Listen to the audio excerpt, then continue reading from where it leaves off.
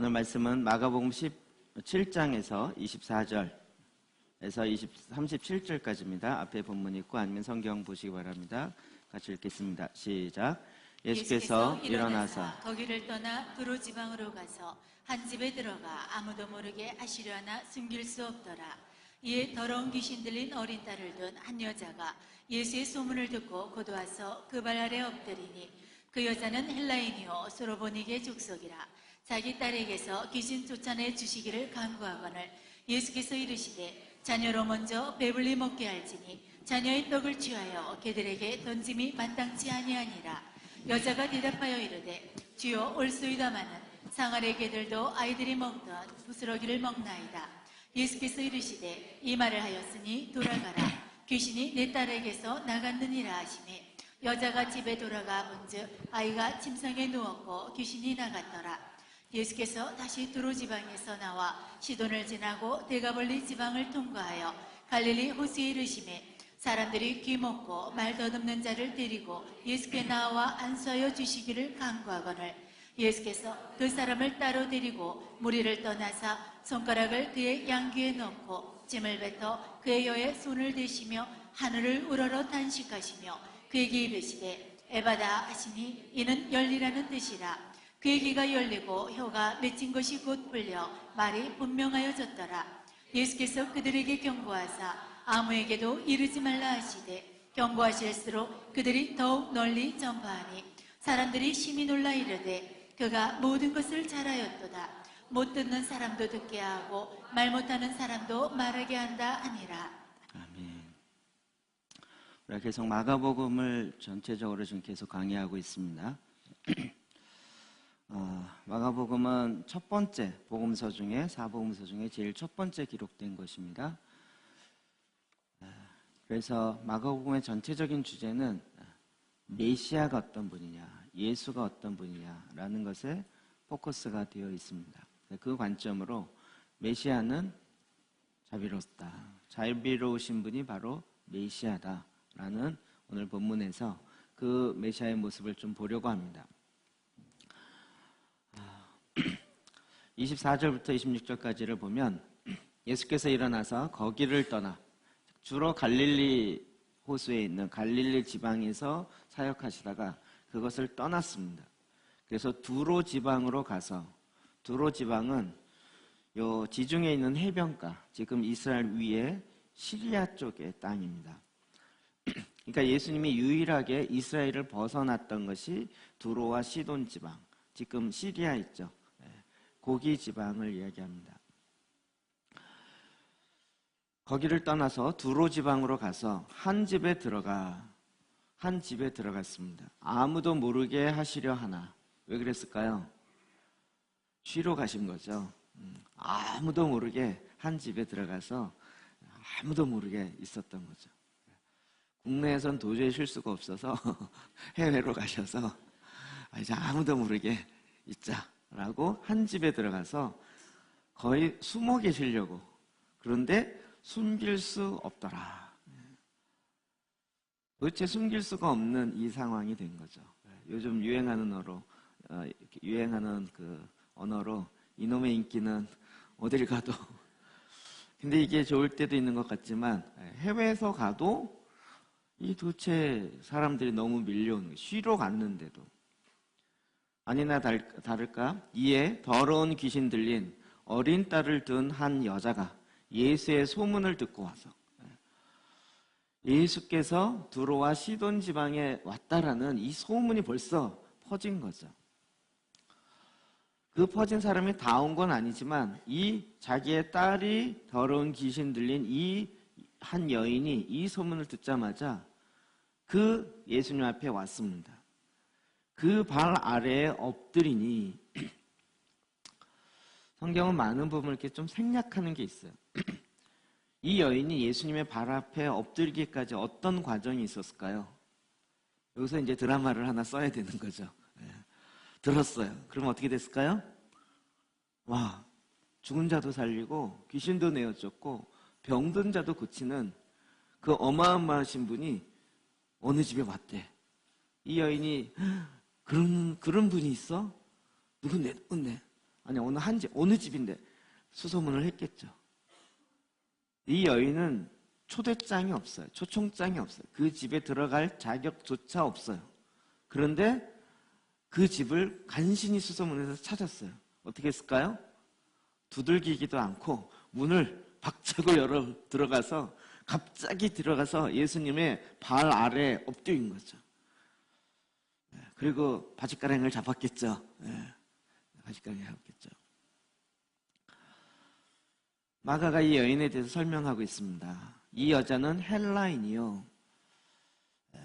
헬라인이란 얘기는 유대인의 개념에서는 이방인입니다. 이런 뜻이에요. 유대인들이 이방인을 어떻게 대했는지 성경 전반적으로 보면 굉장히 무시했죠. 트로보니게의 족속이라 뿐만 아니라 이방인일 뿐만 아니라 그는 자기 딸에게서 귀신 쫓아내어 주기를 강구했던 극성맞은 엄마였죠. 보통 엄마들도 혼자 있거나 자기 자신을 위해서는 굉장히 이렇게 럭셔리하게 품격을 지켜가지만 아이들의 문제다 이러면 모든 물불을 가리지 아니하고 달려들기 시작합니다. 그러면 이제 한국 아줌마가 되는 거죠. 그러면서 이제 문이 닫혀 있건 사람이 뭐라 그러건 상관없이 그분을 향하여 돌진, 드디어 발을 잡고 그 앞에서 엎드린 거예요. 강구하건을, 이게 이제 헬라어로 보면 현재 진행형으로 돼 있어요. 지금 계속 진행하고 있어요. 한 번 강구한 게 아니라 계속 내 딸을 구원해 주십시오. 내 딸을 살려주십시오. 내 딸을 살려주십시오. 이런 상황이 됐다라는 거예요. 이 많은 얘기가 여기 본문엔 싹 빠지고 소문을 듣고 곧 와서 그 발 아래 엎드렸다 이렇게 됩니다. 동일한 사건이 마태복음에 기록되어 있는데 마태복음은 거기에 좀 더 설명이 더 있어요. 23절 볼까요? 시작. 예수는 한 말씀도 대답하지 아니하시니 제자들이 와서 정하여 말하되 그 여자가 우리 뒤에서 소리를 지르오니 그를 보내소서. 마태복음 조금 더 설명했죠. 이 여인이 어떻게 했어요? 계속 강구했어요. 내 딸을 구원해 주십시오. 내 딸을 제발 좀. 그런데 예수님은 어떻게 했어요? 한 말도 대답을 안 했어요. 가만히 있으신 거예요. 보다 못한 제자들이 와서 청하면서 이 여자가 우리 뒤에서 소리를 지르니 그를 좀 내 집 밖으로 내보내소서 이렇게 얘기합니다. 제자들은 유대인이죠. 제자들과 같이 예수님이 지금 아우팅을 이렇게 가셨는데 외유를 가셨는데 우리들까지 좀 이렇게 먹고 쉬며 조금 이렇게 쉬려고 하는데 이방인 그것도 여인이 또 딸이 귀신 들린 이 여인이 와서 계속 자꾸 소리 지르는데 예수님이 뭔 조치를 안 하시는 거예요. 가만히 있으시는 거예요. 그러니까 보다 못한 제자가 제 느낌상은 베드로가 아닐까 싶어요. 아니 예수님 저 여자를 좀 명해서 뒤로 그를 좀 내보내십시오. 제자들이 이 여인의 소원을 들으십시오. 이것도 아니고요. 어떻게 해요? 이방 여인이 유대인 랍비의 옷을 잡는다. 그럼 그 당시에는 이게 허용이 되지 않는 거예요. 지금도 그렇지만 생판 모르는 여자가 와서 내 옷자락을 잡고 늘어진다. 여러분 이게 어떤 모양으로 보이십니까? 결코 좋은 모양으로 보일 수가 없는 거죠. 예수님이 아무 얘기 안 하시고 한동안 시간이 흐른 다음에 그가 예수님 이제 그 여인에게 대답합니다. 27절을 보니까 예수께서 이르시되 자녀로 먼저 배불리 먹게 할지니 자녀의 떡을 취하여 개들에게 던짐이 마땅하지 아니하니라. 어마어마한 얘기를 하신 거예요. 자녀들은 누굴까요? 이스라엘 유대인이겠죠. 네. 내가 지금 이 땅에 온 거는 유대인들에게 떡을 먹을 것을 주기 위해서, 생명의 떡을 주기 위해서 그들이 배불리 먹고 그들이 제대로 살아나기 위해서 온 것이 1차적인 목적인데 이거를 취해서 개에게, 요즘은 개를 굉장히 좋아해서 같이 사시는 분이 많지만, 그래도 뭐 한국에 요게도 개자가 많이 들어가고 여러 가지 개와 관련된 아주 천하게 보는 거죠. 그 당시도 마찬가지입니다. 개들에게 던짐이 마땅하지 않다. 여러분, 이 여인의 입장에 들어가서 한번 보십시오. 막 내 딸을 좀 살려줘. 너무 막 간절하고 다급해서 자꾸 그러는데, 이방이 개 같은 것이 어디 마땅하지 않다. 이런 얘기 들으면 여러분 어떡할 것 같으세요? 감독. 아니, 안 하면 됐지. 뭘 인격 모독까지 하고 난리야. 뭐 이래가면서 이렇게 반응해야 될 수준으로 주님이 대답하는. 웬만하면 아예 집을 스스로 박차고 나가면서 아니, 안 해줄 거면 말지. 거기다가 개까지 예를 들면서 아니 뭐 메시아라며 내가 쉬러 왔기 때문에 이제 이 시간 좀 쉬어야 되기 때문에 못 해주겠습니다. 이렇게 좀 정중하게 얘기하든지, 아니 뭐 개들에게 던짐이 마땅치 않다는. 근데 놀랍게도 이 여인은 이 말에 뒤로 물러가지 않습니다. 여자가 대답하여 이르되 주여 옳소이다마는 당신의 말하는 것이 옳습니다. 어찌 보면 그가 너무 다급해서 그렇게 대답한 것도 있겠지만, 그러나 사실 이 여인은 이분이 메시아라는 것에 대해서 너무 잘 알고 믿고 있는 거죠. 인정하고 있는 거예요. 상 아래의 개들도 아이들이 먹던 부스러기를 먹나이다. 이게 고수들은요, 실제적인 얘기를 안 하고 굉장히 중요한 얘기를 비유로 탁탁 서로 비유와 비유로 얘기하는데 가수들은 못 알아들어요. 당신이 오셔서 유대인들에게 먼저 성전을 회복하고 메시아를 회복하고 하나님의 그 구약에 있는 모든 예언이 유대인으로부터 펼쳐져서, 그래서 그 제자들이 땅끝까지 가서 복음을 증거되어지는 것 옳습니다. 어마어마한 긍정이죠. 이게 어느 정도입니까? 메시아가 오셔서 그렇게 한다고 성경에 되어 있고, 나도 그걸 알고 있고, 당신이 그렇게 얘기한 건 옳습니다. 이건 진짜 어마어마한 고백인 거죠. 그러면서 뭐라 그러냐면, 개들도 아이들이 먹던 부스러기를 먹나이다.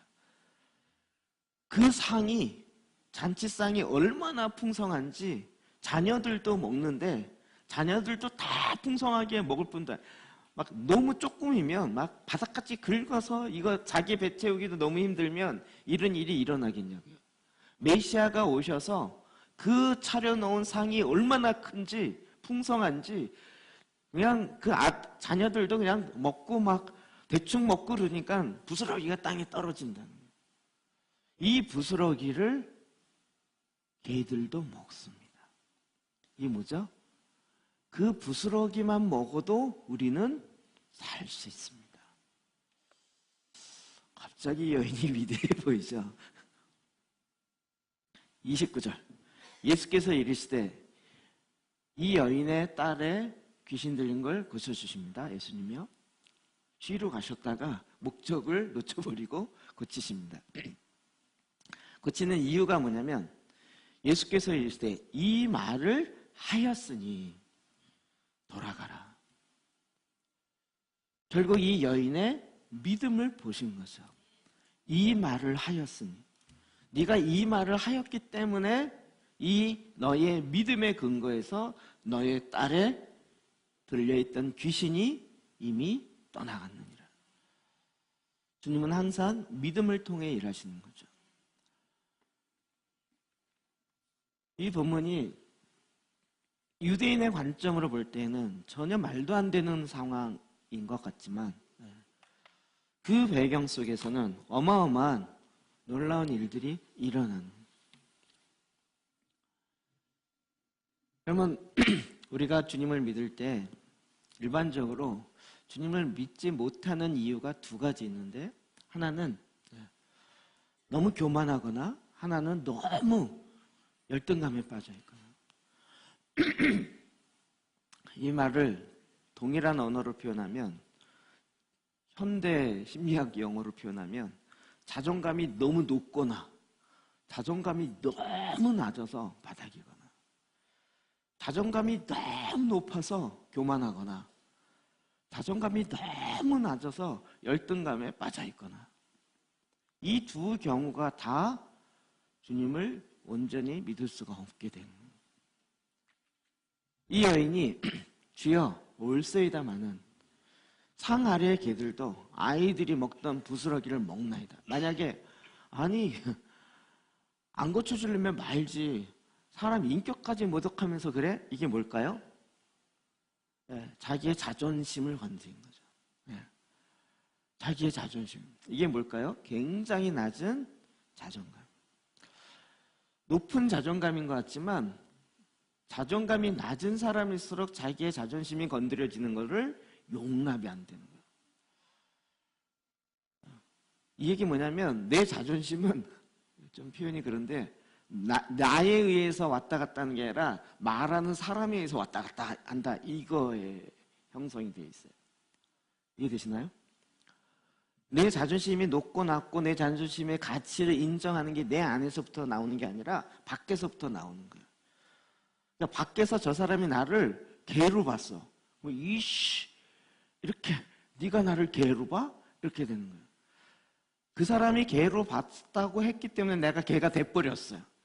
자존감이 워낙 낮아가지고 다른 사람이 나를 욕하거나 이렇게 말하면 내가 개야? 이러면서, 자존감이 높은 사람은 뭐라 그러죠? 별로 간섭을 안 해요. 개가 짖네? 이러면서 훅 지나가죠.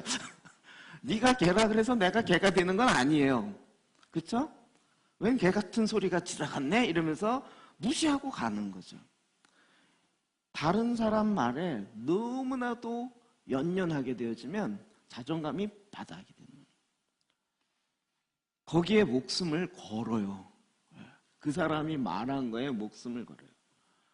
그러면 내 딸을 고치기 위해서 왔고, 이거 상관없이 이 상처에다가 대고 이 죽자, 너 같은 게 메시아야? 이러면서 멱살 잡고 싸웠을지 모르겠어요. 오늘날 만약에 이게 교회에서 일어난다면 어떤 일이 있었겠습니까? 예를 들어서 제가 뭐 예수는 아니지만 미리 전제를 잘 깔아놓습니다. 처음 교회에서 와가지고 목사님 얘기를 듣다 보니 좀 뭐 병성도 자도 고치는 것 같고 뭐 이런 것 같은데 한번 좀 만나 주실까 그랬더니 제가 대답도 안 해. 자꾸 막 했더니 걔들은 가라. 예를 들면 교회 등록을 안 했으면 아예 가라 이랬더니, 그러면 뭐라 그러겠어요? 교회 여기밖에 없어? 세상에 교회가 여기밖에 없어? 뭐 목사가 너 혼자야? 이러면서 휙 가버리겠죠. 오늘날 상황이 이게 되어진다면 진짜. 근데 이 배경을 계속 깊이 보니까 놀랍게도 메시아가 어떤 분인지 이 이방 여인은 알고 있었어요. 당신의 말이 옳도소이다. 내 딸을 고치기 위해서 내가 자존심을 꾸겨가면서 그의 말을 인정한 것이 아니라 정말 맞다는 거예요. 맞기 때문에 왔죠. 메시아는 귀신을 내어줄 수 있다는 것을 믿고 있기 때문에 그의 말이 맞죠. 그렇기 때문에 오히려 그것을 자기의 상처와 자존감으로 반응한 게 아니라 있는 그대로 인정을 한 거죠. 놀랍게요. 예수님은 자기 자녀라고 얘기하는 유대인들에게 내가 메시아다를 자꾸 얘기해요. 기적을 통해 얘기하는데 이 자녀들은 웬만해서 안 믿어요. 근데 성경에 나타나는 이방인들은 웬만하면 믿어요. 너무 잘 믿어요. 이게 성경에 나타나는 아이러니예요. 마태복음 8장에 보면 백부장이 나옵니다. 백부장은 로마 사람이죠.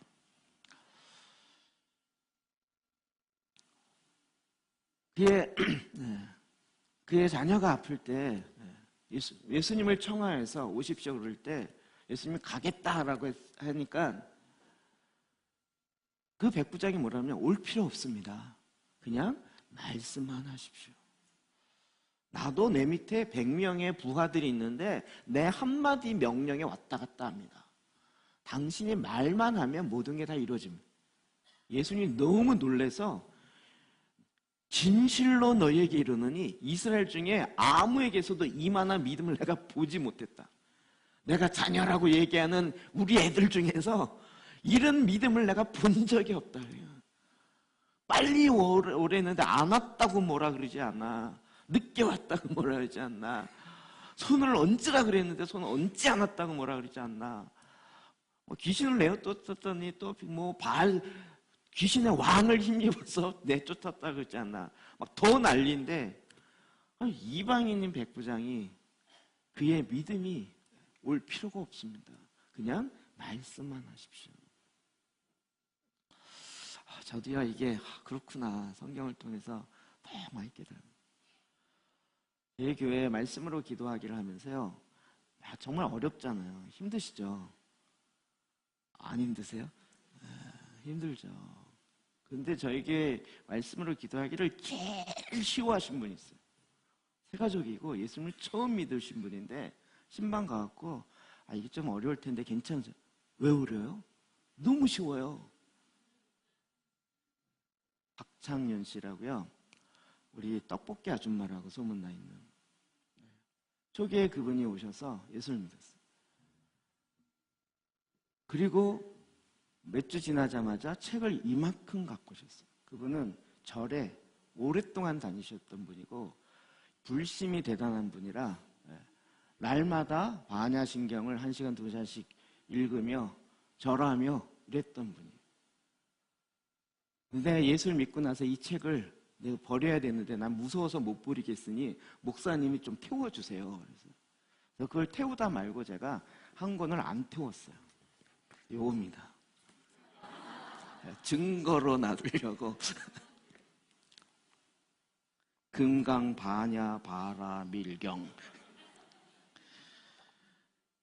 이거를 가지고 바하 세 번째 봉청 청제 제금강 봉청 황수 이 사람이 이걸 가지고요 매일 1시간 2시간씩 매일 했어요.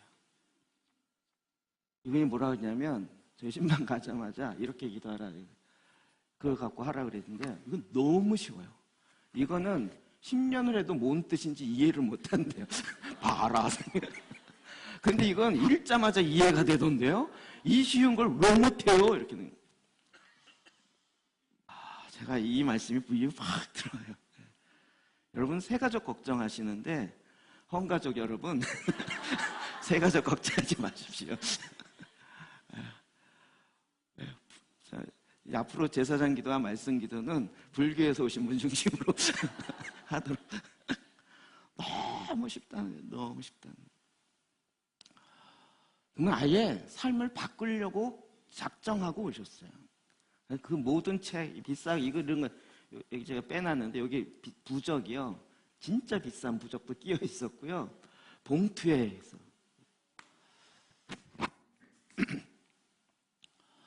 정말 메시아가 누구냐?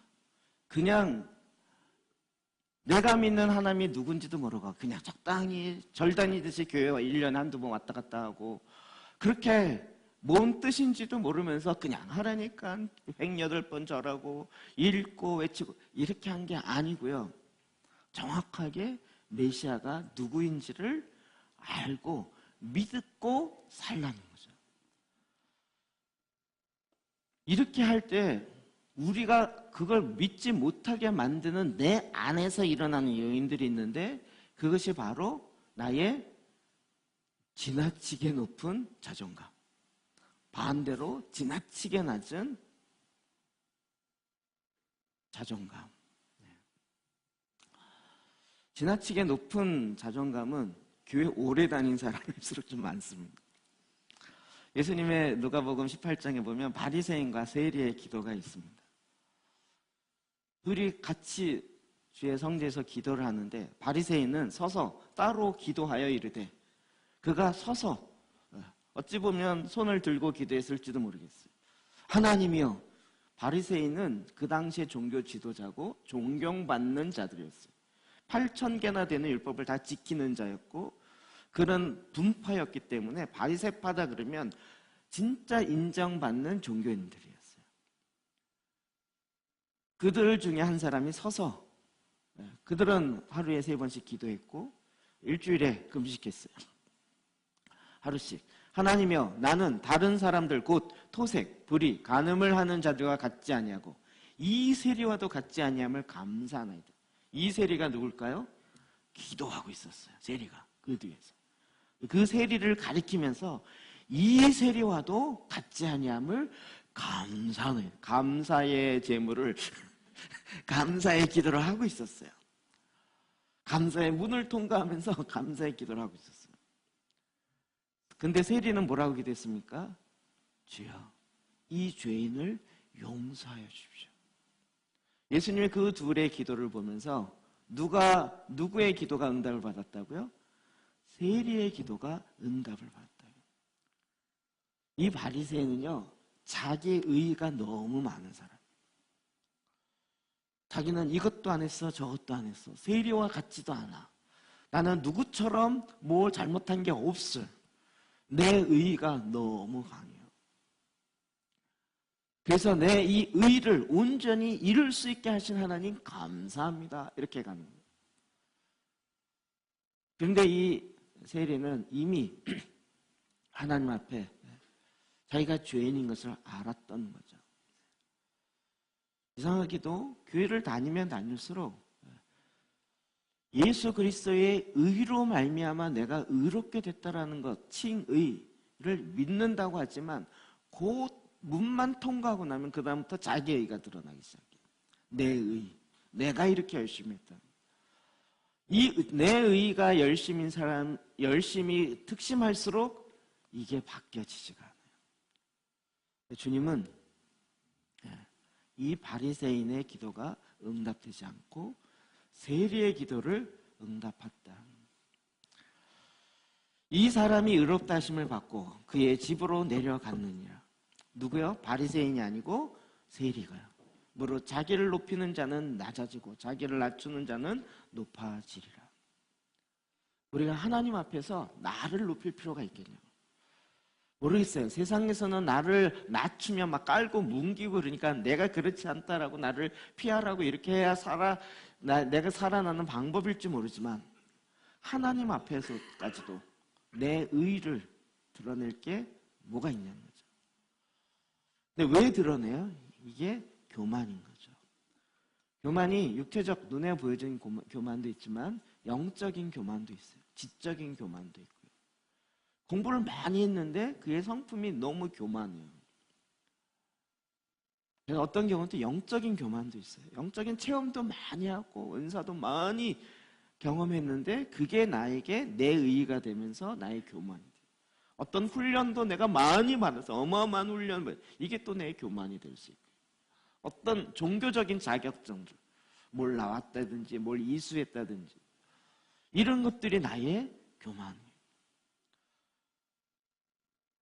메시아를 진정으로 만나려면 자기의 실제와 맞닥뜨려야 합니다. 소위 말하는 직면이 있어야 됩니다.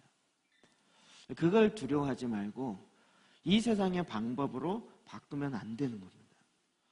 그 다음 사건이 있는데요. 31절부터는 또 다른 사건입니다. 이제 예수님이 도두채 이 두로 지방에서도 쉴 수가 없구나. 어차피 못 싣고 돌아가자. 이 분위기인 것 같아요. 예수께서 다시 두로 지방에 나와 시돈으로 지나고 데가볼리 지방을 통과하여 갈릴리 호수에 다시 원점으로 돌아오셨어요. 그랬더니 사람들이 귀먹고 말 더듬는 자를 데리고 예수께 나와 안수하여 주시기를 간구하거늘. 돌아오자마자 또 일이 시작됐어요. 이제 사람들이 막 병든 자를 데리고 오기 시작했어요. 근데 이 사람은 좀 특이한 게 귀가 먹고 말을 더듬어요.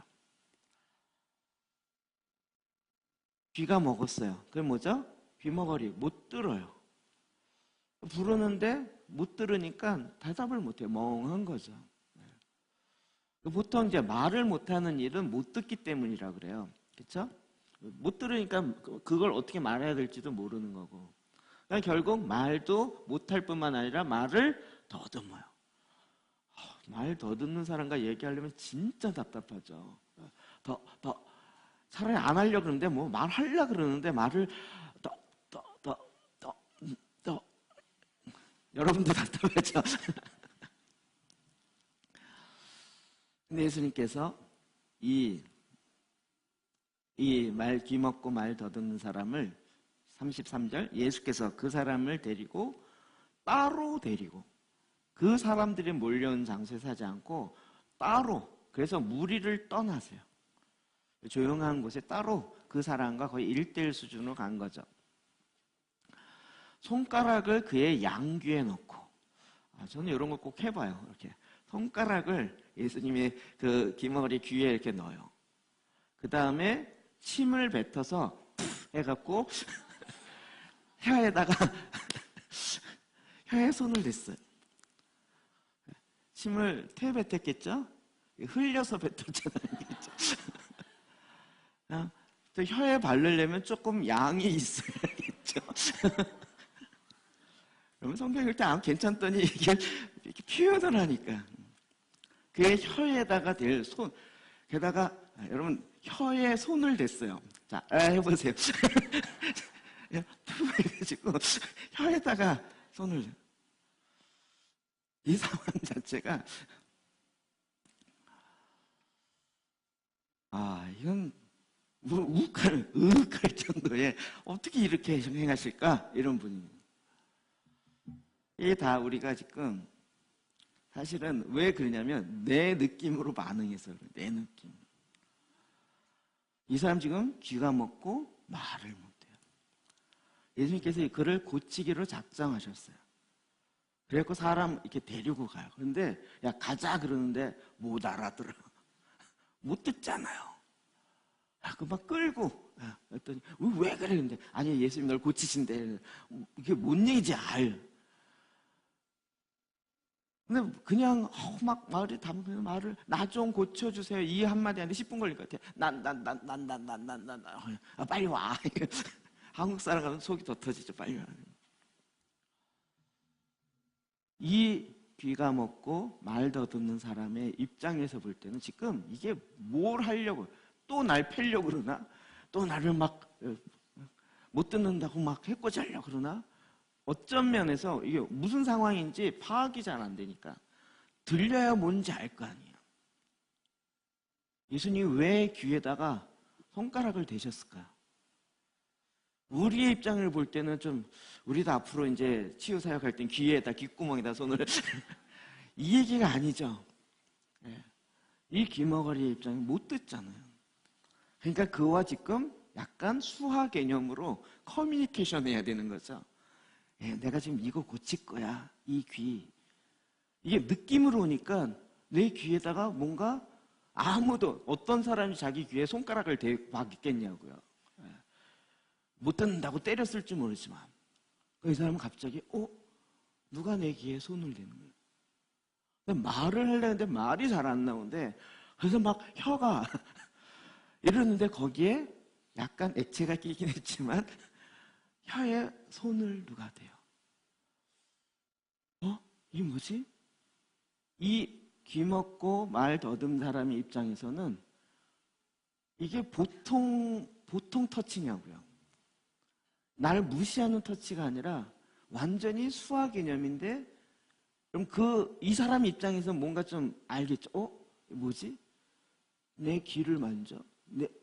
내가 못 듣고 말 못하는 걸 뭔가 만지시겠다는 건가? 이게 느낌이 그냥 오는 거죠. 예수님께서 34절 보니까 하늘을 우러러 탄식하시며 그냥 고치신 게 아니라 그렇게 손을 대고 혀에 만지시고 그리고 하늘을 바라보시면서 탄식하시며 우셨다고요. 그에게 이르되 에바다 하시니 이는 열리라. 그에게 에바다. 그의 귀가 열리고 혀에 맺혀 있던 것이 곧 풀려서 말이 분명하여졌더라. 주님이 그를 고친 거죠.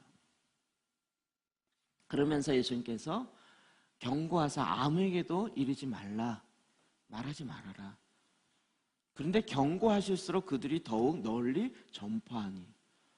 지금 예수님이 사탄의 일을 멸하려고 하기 때문에 알리지 않도록. 왜요? 알릴수록 사탄이 더 망해하니까. 우리 같으면 더 소문내고 싶죠. 내가 고쳤거든, 소문내라, 이렇게 하고 싶은데 주님의 목적은 그게 아닌 거죠. 메시아로 하고자 하는. 이 사건이요, 우리는 그냥 이렇게 느낌이 없이 듣지만 마가는 여기에 귀가 먹고 말 더듬는 이라는 이 단어 자체를 아주 독특한 단어로 쓰는데 더글리라노스라는 단어를 씁니다. 이게 성경에 딱 두 번밖에 안 나타나는데 하나는 이사야에 나타나고 그리고 이 본문에 나타나요. 그냥 맹인, 못 듣는 사람, 말 못하는 사람 이렇게 얘기하지 않고 꼭 그 단어를 쓴 것은 이사야 34장에 메시아가 오면 이런 일이 있을 거라는 그 단어가 딱 한 번 나와요. 4절, 이사야 35장 4절부터 6절 봅시다. 시작. 겁내는 자들에게 이르기를 굳세어라, 두려워하지 말라. 보라, 너희 하나님이 오사 보복하시며 갚아주실 것이라. 하나님이 오사 너희를 구하시리라 하라.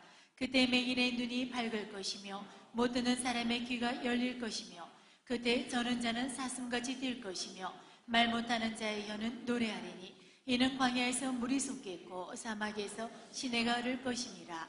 아멘. 네. 우리는 구약과 이걸 연결 못 시키면 예수님이 기적을 행했구나라고 끝나는데 지금 마가는 뭘 얘기하는 거예요?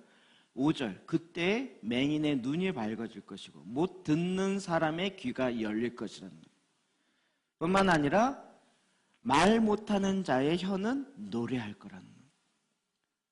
지금 마가가 수많은 기적 중에 굳이 이것을 딱 기록하는 이유는 뭘까요? 그가 누구예요? 하나님이 오사 보복하시며 갚아주실 거라는 거예요. 하나님이 오사 너희를 구하시리라는 거죠. 메시아가 오셔서 너희를 구원하는 이 사건을 보면, 말 못하는 자가 말하는 걸 보면 이분이 메시아라는 것을 알 수밖에 없다는 거예요. 기적은 기적으로 끝나지 않아요.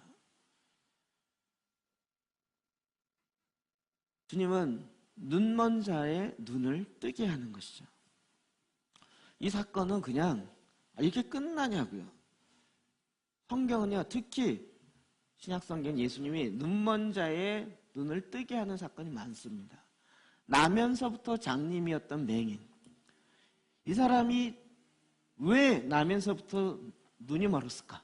이것 때문에 논쟁이 붙었어요. 누구 죄 때문이냐?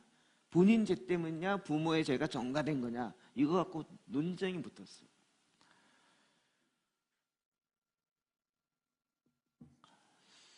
예수님은요, 이 사건을 풀어가면서 전혀 다른 얘기를 하세요. 오히려 종교 지도자를 향해서 예수께서 이르시되 너희가 맹인이 되었더라면 죄가 없으려니와 본다고 하니 너희 죄가 그대로 있느니라.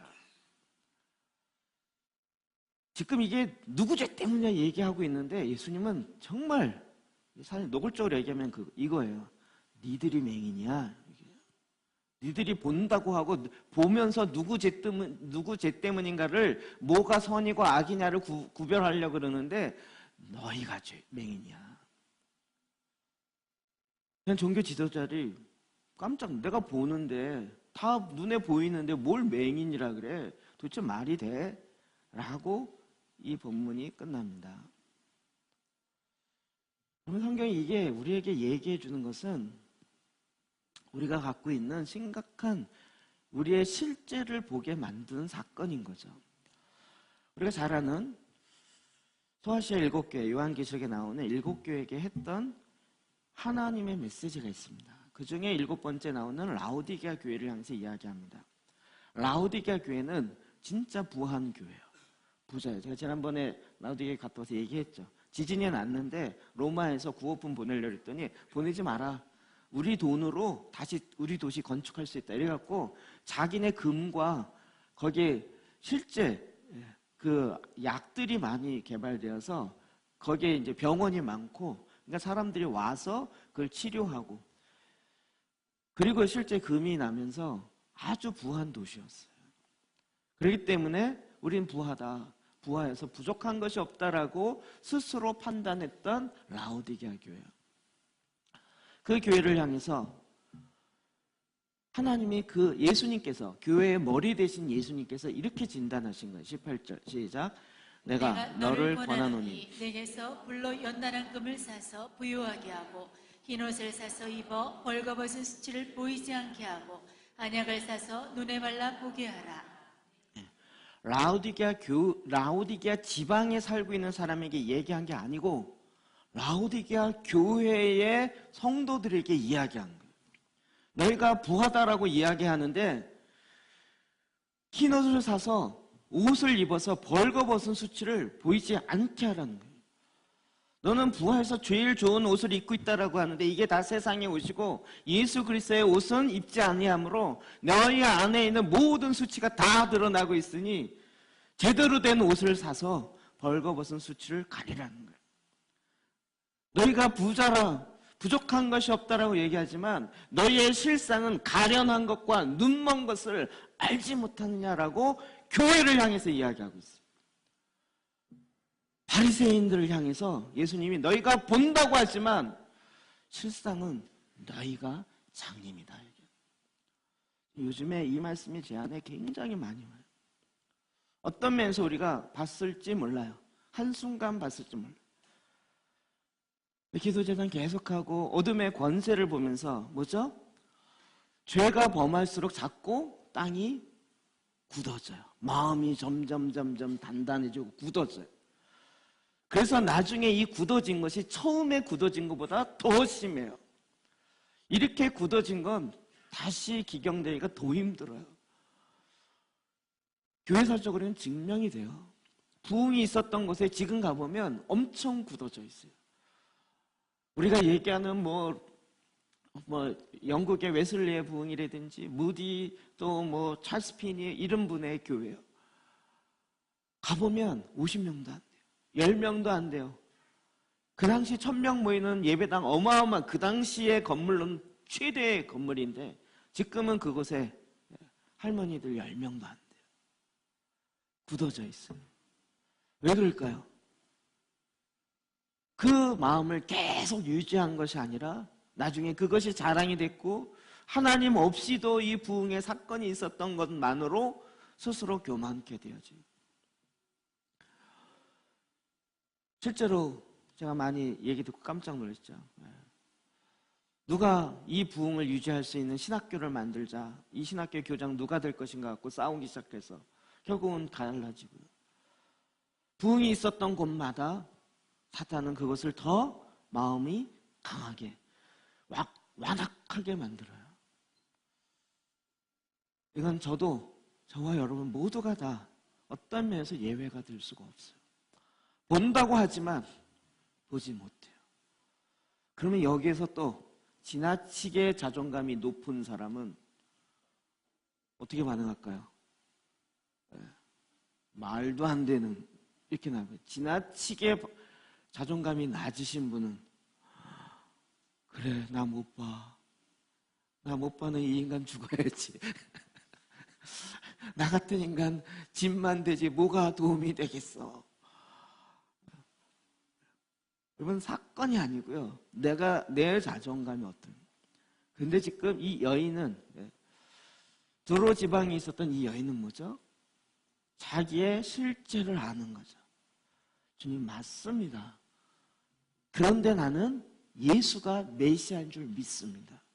그래서 그 상이 풍성하기 때문에 부스러기가 떨어질 것이고 나는 그 부스러기만 먹어도 감사함으로 살 수 있습니다. 이게 구걸하는 게 아니고요. 온전하게 주님을 믿는 거죠. 아는 거죠. 제가 진짜 대학 다니고 신대원 날 때는 공부를 진짜 안 했어요. 교만해가지고 도대체 공부할 책이 없다 막 이래가면서 딴 책 보고 막 이랬는데요. 40 넘어가고 중보기도 배워가면서 막 볼 책이 너무 많은 거예요. 요즘은 어떨까요? 더 많아요. 더 많아요. 봐야 할 책은 너무 많아요. 그래갖고, 근데 이제는 나이가 점점 들어가니까 이게 따라주지가 않네, 이게. 아유, 이게 제가 아줌마들 되게 뭐라 그러지만 이게 저도 이게 책 읽다 보면 앞에 읽었던 내용이 뭐더라.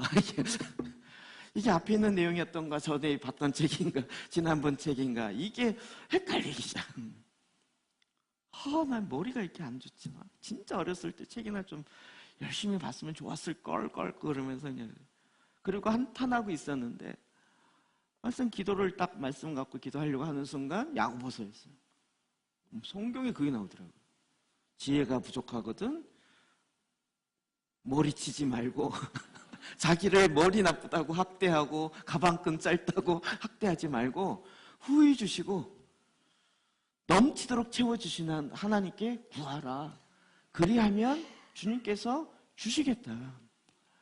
이 자존감이 극히 낮은 사람은 자기 머리 치면서 나는 왜 이럴까 이러면서 한탄하고 앉아있는 거예요.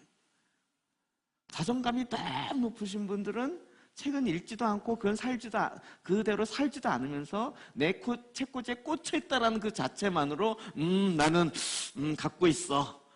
나 알아. 이걸로 너 그거 알아? 이러면서 무시하기 시작해요. 문제는 내가 살고 있느냐. 그래서 내가 오늘 내 삶의 현장에서 과거에 몇 년 전에 있었던 그게 아니라 지금 내가 눈이 열려져서 지금 하나님과 함께 하고 있고 지금 주님이 지금 하고 있는 일이 무엇인지를 보고 있냐고요. 그래서 주님과 함께 동행하며 따라가는 그 삶을 살고 있냐고요. 또 못 산다라고 목사님이 나를 뭐라고 그러는 이 차원이 아니라니까요. 낮은 자존감으로 반응하지 마시고 후회 주시고 꾸짖지 아니하신 하나님께 구하라고요. 하나님 오늘 내 눈을 열어 주십시오.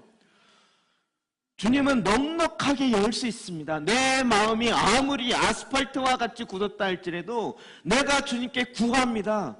주님은 넉넉하게 내 눈을 열 수 있는 분이십니다.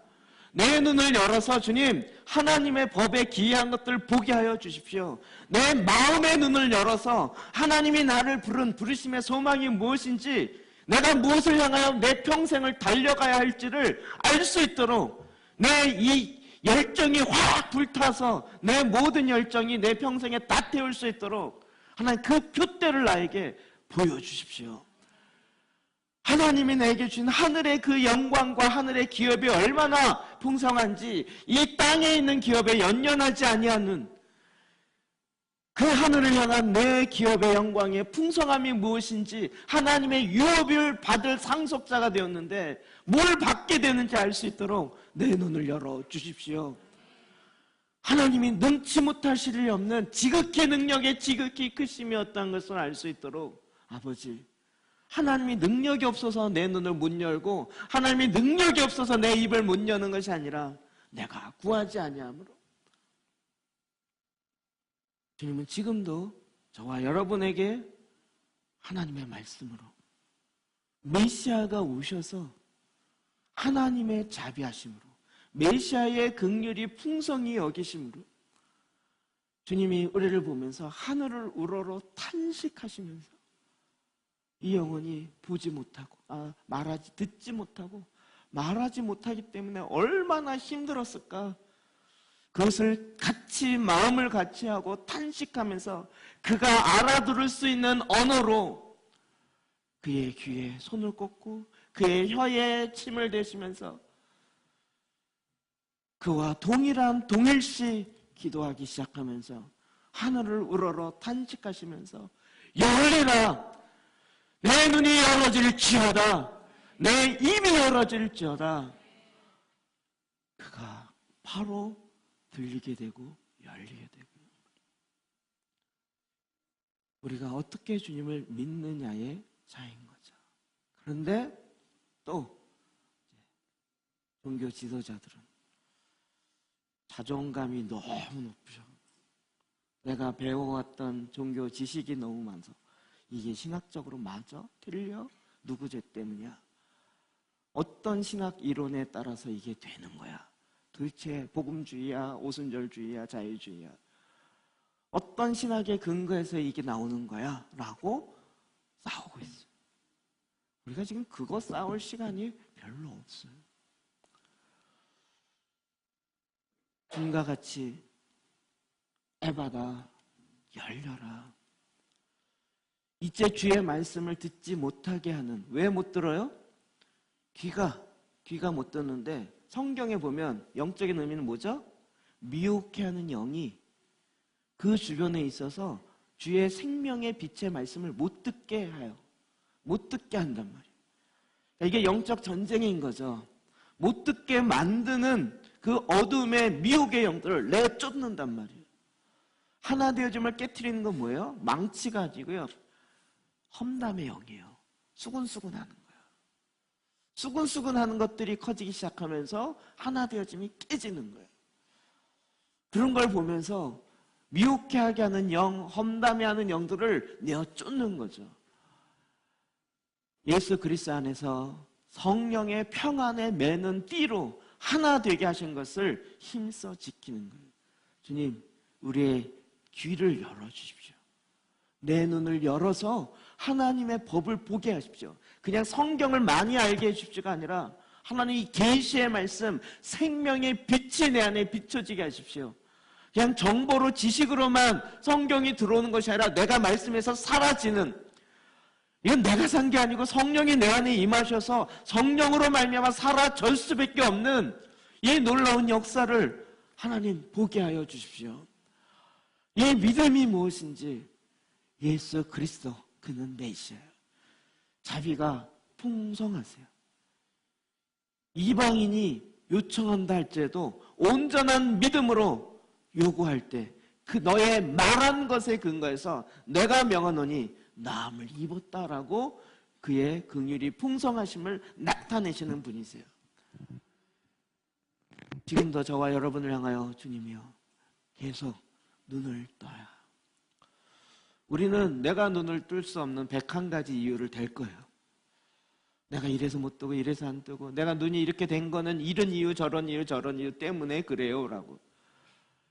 거기에 완벽한 이유를 다 얘기한다 그래도 내 눈은 안 떠져요.